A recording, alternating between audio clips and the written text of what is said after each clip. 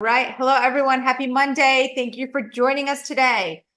So in honor of Heart Health Month, which is February, we are going to dive into really heart health, cardiovascular disease, and ways to prevent it. Our heart is really, it's a muscle. It's our hardest working muscle in our body. High energy demand. We've got to take care of it. So when it comes to heart disease, it is the #1 killer, which is crazy.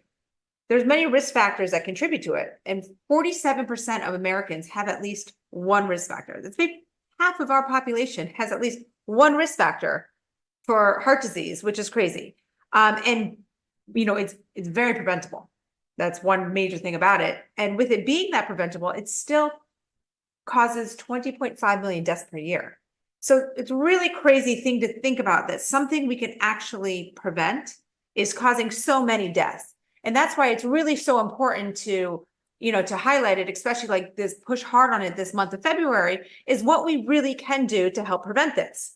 So I'm going to read you some of the risk factors, and there's a few others, but the main ones are unhealthy nutrition, poor diet, right? Physical inactivity, not moving your body, not exercising, obesity, high cholesterol, high blood pressure, high blood sugar, smoking, and then there's also kidney dysfunction. And Ryan might elaborate on a few more, but basically with all those, the most important thing to do is know your numbers. Make sure you are getting regular checkups on this from your doctor so you can know where you stand and what you need to do. I will say to that though, because that regular numbers thing and checkups, don't go simplify this a bit and get a blood pressure monitor for home. Yeah, true. Just know your numbers. I preached it on a previous Zoom that we did on cardiovascular health. And we think it's that important that we're doing it this February for Heart Month, because we want to continue to be sort of a voice of reason and common sense for how to help make people make better changes. But blood pressure monitor at home, $40-$50 for a good one. Know your numbers. No excuse. Right. You can even monitor your blood sugar at home. Simple finger prick. Like you don't have to only use that if you're diabetic. This is all about prevention. That's the goal here. Mm-hmm. So knowing your numbers is going to help you prevent these things from happening. I don't know, do you want to go into elaborate a little bit on that before I come back? I do, but with the introduction, I know that a lot of it you said. I just want to reiterate a couple of key points to this. So atherosclerosis is what we're talking about, that buildup of plaque. It's a cholesterol or fat buildup in the artery. It's a thickening or a hardening of the artery. The problem with atherosclerosis, and we said this in the previous Zoom, is it is insidious. We don't really know it's happening, right? As a matter of fact, a third of people find out that they have atherosclerosis. This is a weird statistic. I don't even know how to put it, but a third suffer from sudden death without ever knowing that they had heart disease. So it's years and years in the making. And that's what we want to draw attention to. And like Lisa said, a lot of these preventable risk factors, they're so important to know, because they're so kind of easy to make simple, realistic, lifestyle changes. Sure. Yeah. 100%. Yeah. But we did a previous Zoom on it, and it was awesome. I thought it was great. We really did kind of dive into the blood pressure management aspect, which is really important. I don't know if we're going to go there today exactly, but I know that a lot of this is just a reminder to us all, because even Lisa and I, with a really nice healthy nutrition plan, always can make small changes to make improvements. Sure. So awesome. Some lifestyle changes. What you want to say, we have the pillars of health. Okay. Those are the biggest things. Yep. Supplementation, key player in it, but diet, exercise, or just healthy eating, right? Exercise. So daily, regular movement, stress management, proper sleep, proper hydration. Did I miss any?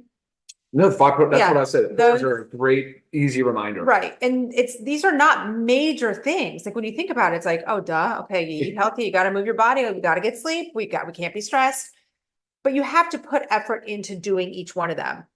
One of the proven dietary patterns is the Mediterranean diet. It is so, it's touted for heart health all over the place. This really consists of eating fish. Okay, lean meats, fruits, vegetables, whole grains, nuts, healthy fats like olive oil.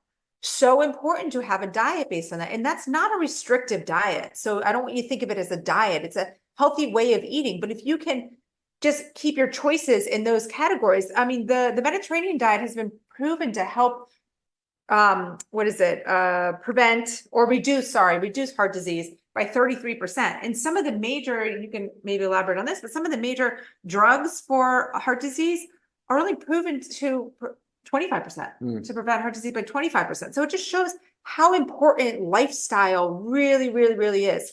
Moving your body every day, 150 minutes of physical activity a week. It is doable by everybody.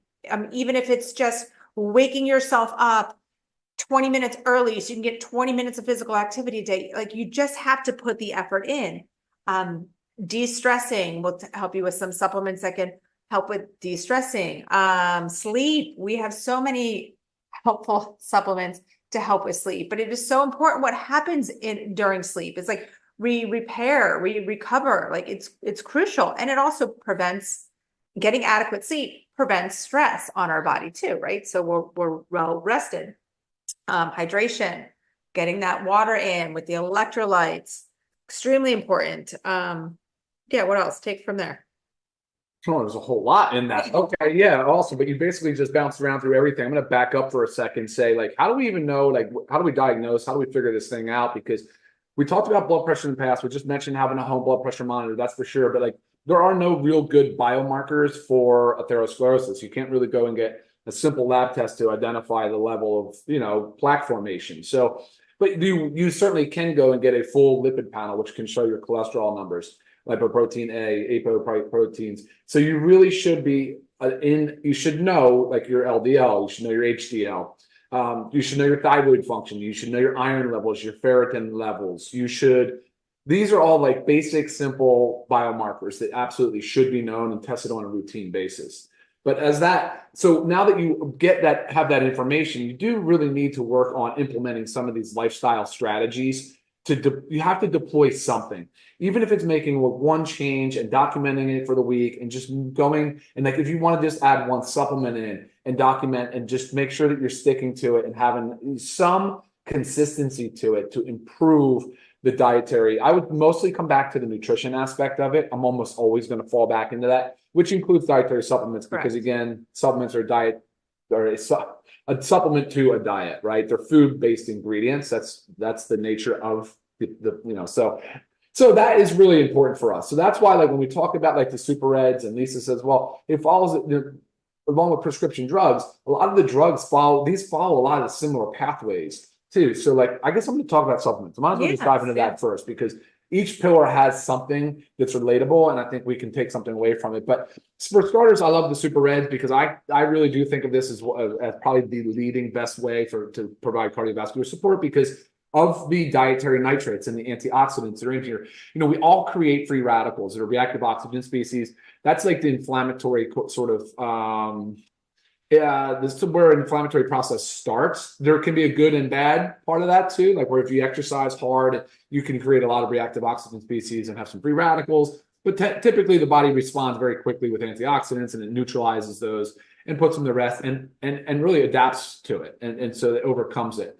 But when we have these constant, if we're eating high diets high in processed foods, if we're eating a lot of baked goods, a lot of pastries, added sugars, if we're doing things that we know we shouldn't be doing like that, you're constantly insulting your body, and the body's having to work really extra hard, and it can deplete a lot of the reserves of antioxidants. That's why using something like the organic super reds is it's clutch. It's a good choice because of the ingredients like the aronia, the hawthorn, the pomegranate, the grapeseed extract. These are the red beet, yeah, of course, super high in antioxidants, but also the major contributors as a dietary nitrate to the nitric oxide pathway, which in essence, heart disease is a dysfunction of the endothelium, which is the inner lining of your blood vessel where it produces nitric oxide. Over time, we lose the ability to make nitric oxide. It's an important signaling molecule because it opens up the blood vessels, it increases blood flow, which thereby reduces blood pressure. So it's a big cascade of events, but ultimately dietary nitrates are a great way to support that system. Right. Which shows just, again, as we age and something like nitric oxide decreases, we need to work on things, supplementing with them to help our body make more of it. Right? Interesting. As you age. So the number one risk factor, of course, of heart disease is age. So can you control it? No, but can you make lifestyle changes to impact it? Absolutely. Yeah, it's healthy aging. It's about healthy aging. Yeah. Let me see. Supplements. So what are we saying? We went through Super Ed, Yeah. so let's go the vitamin D. Oh, let's do Okay. the Daily Essentials pack. Okay, Yeah. cool. Yeah. So I would really kind of point out magnesium. I think magnesium is important because it's such an important mineral for muscle, nerve, energy, conduction. So it does alter the membrane potential of the cell. So when your body is going through a contraction state or a cellular like muscle contraction state, magnesium is moving and shifting across membrane cell potential. So it is playing a very important role in our heart health. As a matter of fact, I say this a lot, but when you go into the hospital, if you're a pregnant woman and you're in the hospital with preeclampsia or high blood pressure, magnesium through IV is what they're typically administering because it's so effective. It can lower blood pressure, but it's a really great heart supplement over time, amongst many other things, since it's involved in like 300 biochemical reactions. And stress. And stress, of course. Huge in the stress response, definitely important in the sleep category. Right. Brain chemistry is huge. Because again, long-standing high blood pressure, atherosclerosis, we're talking about a metabolic dysfunction. So now we're talking about brain health. We're talking about sort of a precursor to Alzheimer's and neurodegenerative diseases like Alzheimer's and Parkinson's. But yeah, so once you start that cascade of having atherosclerosis, then you have sexual dysfunction and you've just got circulatory disorders. Then you have like a low capacity to exercise, and it's like just the downward spiral. It really is. And again, it's sort of one of those things where we have to make these changes, small changes early, and be aware of it. Yes. Be aware.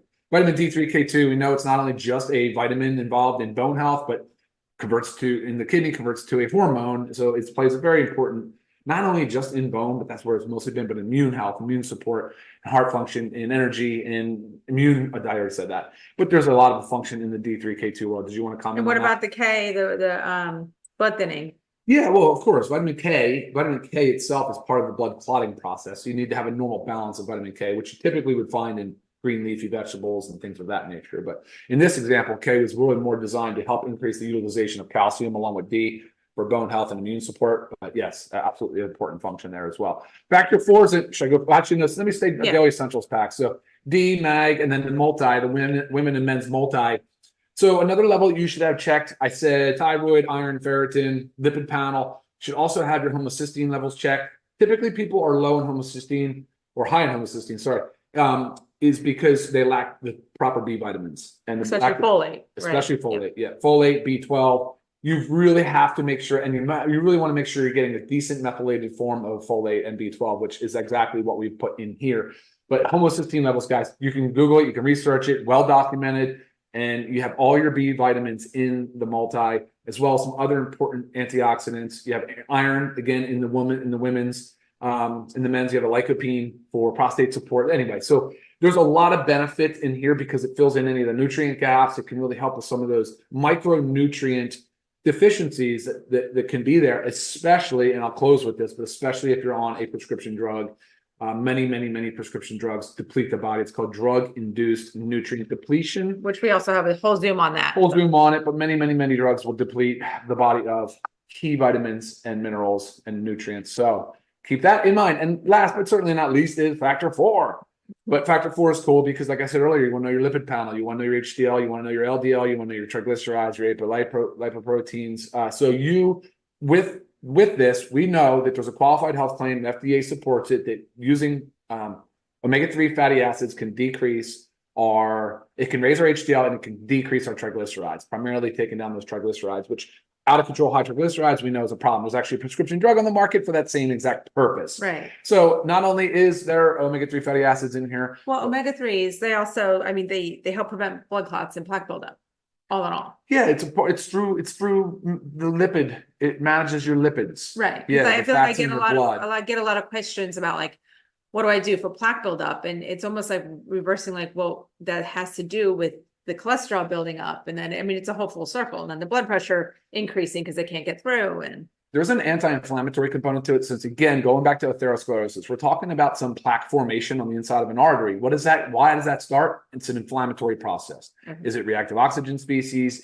What is that insult that has caused it to get sticky and stuck on the inside of the artery? It's inflammation, but why? So this is considered an anti-inflammatory in many aspects because at about 1 gram of EPA and DHA, and there's like 600 milligrams per soft gel. So your first 2 soft gels will be about 1.2 grams. So that in itself, that will start to have that anti-inflammatory effect. At about 3,000 milligrams or 6 soft gels, which would be 3,600 milligrams or 3.6 grams. At 6 soft gels, you would start to have that very drastic reduction of triglycerides. Anyway, so that's something to keep in mind. But the omega-3s, really, really important. Anchovy-based, clean fish, tested, good to go there. And then we have, of course, curcumin as an anti-inflammatory. It's a very potent Ayurvedic medicine. It's really, really good for so many aspects of heart health. Then you have CoQ10, which CoQ10, major player as far as it could, as even just as an antioxidant. But of course, we know that it's a cofactor in many biological functions, which can or may or may not be depleted using a statin drug, which if you're talking about cholesterol, you're talking about atherosclerosis, the first line is usually, providers are usually trying to say, start your statin drug. This would be very beneficial for those of you that are taking statins. And then garlic and, I know I'm missing one. Well, black pepper, but that's just. Garlic. Oh, maybe I got it. Yeah, Okay, cool. Awesome. So yeah, that's that. And then just a few of the amino acids, Right. arginine and citrulline, especially that help with the nitric oxide, also dilation of the blood vessels.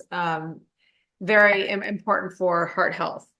Also, I was reading, about glutamine and carnitine also play a role in it. So that's all in our essential aminos.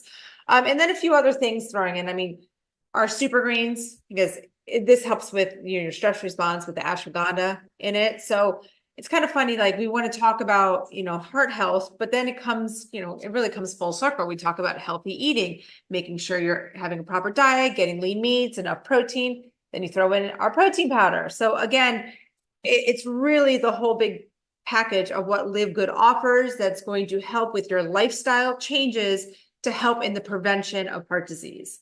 And also, if one does have heart disease, guys, parts of it are reversible. You need to work with your doctors about the proper supplementation and balance of medication, and hopefully change your lifestyle and start to wean off or just decrease your medications. It can be done.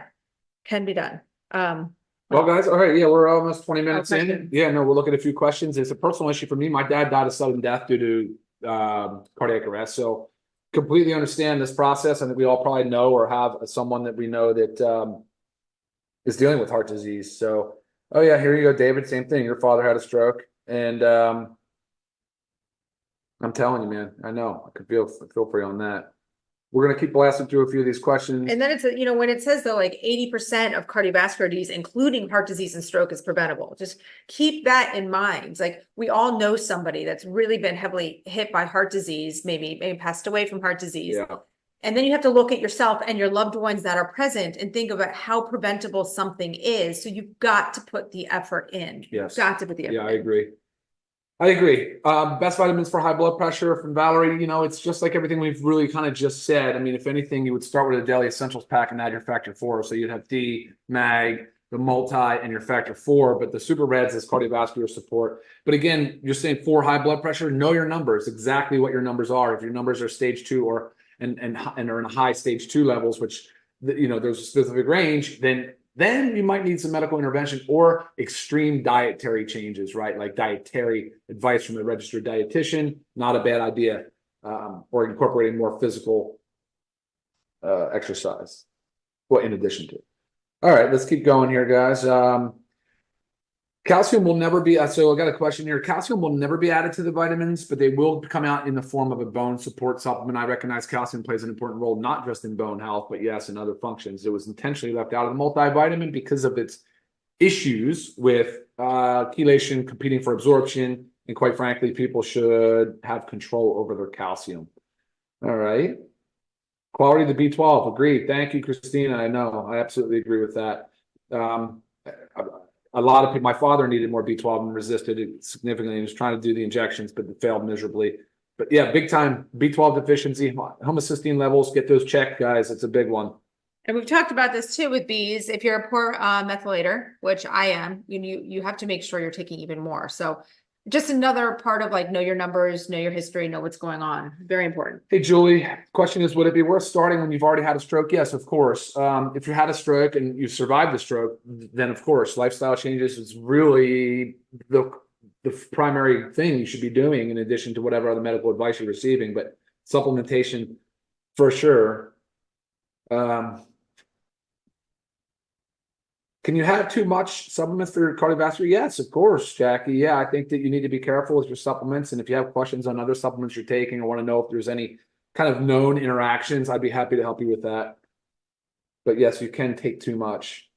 I'm not suggesting like an upper limit here. I mean, on the omega-3 fatty acid, you would do it based on the omegas, would probably be like, gosh, it's actually really high. The upper limit's high. You wouldn't even really make it there just because it'd probably give you more GI upset. But it's 4 grams would be as much as you possibly need to go, which would be basically 8 soft gels per day. Dwayne, yes, you asked about a fiber supplement. Yeah, fiber is also very important. Very with important. heart health. Yes, and we will. I mean, we do have fiber in the coffee, but we will be having a fiber supplement. Yeah. Yeah. Those with diabetes, factor 4, okay. Well, I'm assuming those with diabetes are checking their numbers. So anytime you start anything, a new supplement, a different food, whatever it is, you should be really kind of OCD over your diabetes and your numbers. So monitor your numbers, see what happens when you start it, and just check your numbers, know your numbers. But yes, it's for information. Diabetics absolutely should be taking omega-3 fatty acids. What are the ideal numbers? So, Tina, if you can easily Google, you can see what normal blood pressure is, which is typically, I mean, nice 120 over 80 and below. So 120 over 80. And then you have stage 1 and then you have stage 2. Oh, what am I drinking? Hey, Terry, I'm drinking the collagen. It has this color just because of the antioxidants that are in there. It is unflavored. This is no artificial ingredients. Love the collagen. Another good one to support there's a lot of collagen. Obviously, it's the most abundant protein in our body, but it's also present in our vasculature. It's in our arteries and our veins.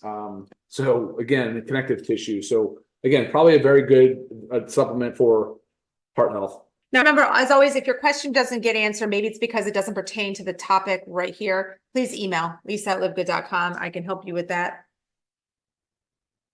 Someone's asking about skipping meals. Maybe if something is a meal replacement, taking the super reds, not a meal. I mean, there's 10 calories in the super reds. No. Hey, David, you're asking for a routine. Last week, actually, it's on YouTube now. We did this Monday Zoom on routine. And I definitely check that out if you get a chance. I think that's a good one. Yes, Ryan and I each gave our routines, and we take every single one of our supplements. So the question I'm only answering, the question is, there's caffeine in your coffee? Yes, there's 100 milligrams of caffeine in the coffee. And I answered it because you want to be cognizant of the fact that some stimulants like caffeine can raise blood pressure. Yeah. Short-term raise, but if you have out of control, like uncontrolled high blood pressure, then caffeine would be a no-go. But again, controlled, you know your numbers. All right, guys. Good job today. Yes. A little bit of a slow start. I love this topic. It's personal, it's informative. There's so many ways that you can have positive changes in your daily routine. And again, reiterating again, the fact that it is highly preventable. I feel like that is one of the main reasons why I love this topic so much, is how prevalent heart disease is, but how preventable it is. So we all have got to do our part and take care of our heart. I know it, guys, it's some question here. I know it says a LiveGood proprietary blend, but that's not actually, right below it is the breakdown of everything that's in the blend. We're not hiding it. Proprietary in this example just means that that's the formula that I came up with. Yeah, it's our blend. And that is everything. Before I go, I just want to leave you with the drug-induced nutrient depletion comment. Most people that get diagnosed with high blood pressure typically go on a diuretic or a water pill, and the first thing that they lose is magnesium and some potassium and some other very important minerals for heart health. So be very cognizant of that. And you should supplement. You should definitely be supplementing. And the same with the statin drug. There's other medications. We did a Zoom on drug-induced nutrient depletion, so please check it out. Please feel free to email us. I will actually give you my personal take on what you might be deficient in based on the medications that you take. So Guys, thank you for watching. Lisa, you want to close it? Thank you guys. Take care. And like I just said, my little rhyme, do your part and take care of your heart. Have a great day. All right, see y'all. Bye.